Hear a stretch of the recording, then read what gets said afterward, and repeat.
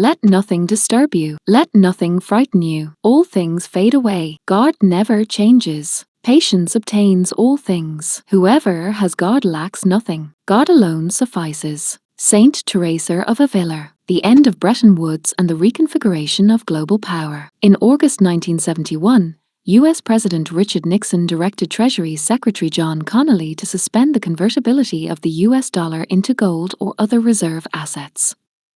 This decision marked the effective end of the Bretton Woods monetary system, which had structured the global economic order since 1944. The event is often referred to as the closing of the gold window. Although this action was presented as a temporary measure, it became permanent and fundamentally reshaped the international financial architecture. The Bretton Woods system was designed during the closing stages of the Second World War to provide monetary stability and foster international trade. Under this arrangement, exchange rates were fixed, but adjustable, and national currencies were pegged to the US dollar, which was itself convertible into gold at $35 per ounce.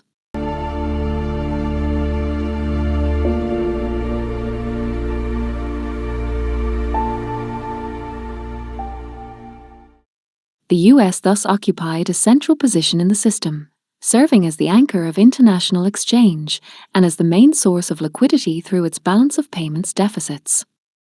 By the late 1960s, however, the system faced severe strain. Growing U.S. expenditures on the Vietnam War and expansive domestic programs led to inflationary pressures and an oversupply of dollars abroad. Foreign central banks, particularly those in Western Europe, began to doubt the United States' ability to maintain gold convertibility at the fixed rate. A series of speculative movements against the dollar, along with persistent gold outflows, exposed the structural weakness of the arrangement. In this context, Nixon's suspension of dollar-gold convertibility was both an act of necessity and an assertion of U.S. sovereignty.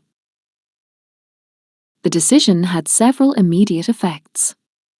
It ended the automatic link between money and a tangible reserve asset, initiating a shift toward the modern system of fiat currencies. Exchange rates became increasingly flexible, and market forces began to play a larger role in determining currency values. The United States, freed from the constraints of gold, gained greater autonomy in domestic monetary policy. However, this also transferred the burden of adjustment to other nations and amplified the influence of American financial institutions and markets on global economic stability.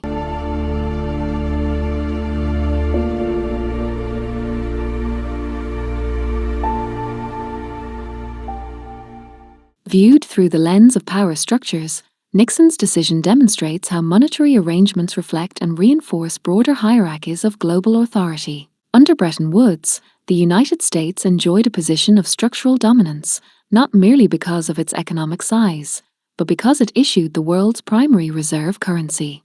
When convertibility became unsustainable, the U.S. unilaterally redefined the system's terms, an act that revealed both the centrality and the asymmetry of its power.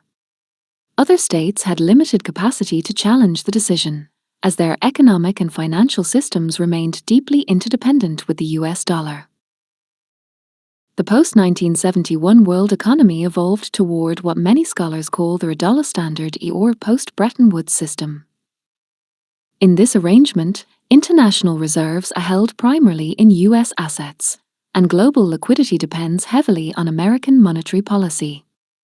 The Federal Reserve's decisions now have worldwide implications, shaping credit conditions and influencing the balance of power among states and financial actors. This transformation underscores how financial mechanisms can serve as instruments of structural power, enabling the United States to maintain economic influence even amid relative shifts in production or trade.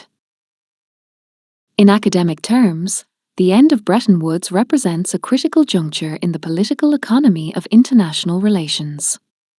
It marked the transition from a semi-fixed, state-managed monetary order to one characterized by financial liberalization and market-based governance. More importantly, it illuminated how control over monetary institutions, rather than control over gold or material resources, can function as a key determinant of global power.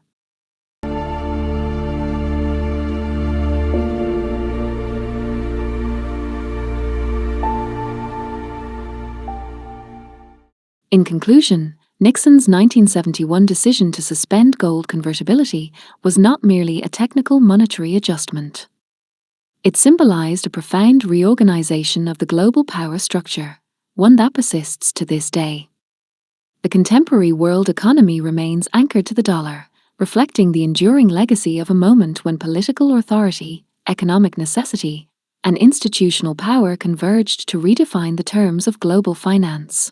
If you like our videos, feel free to like and subscribe to Template Hub Driver or contact us at templatehubdriver.com or just email templatehubdriver@gmail.com.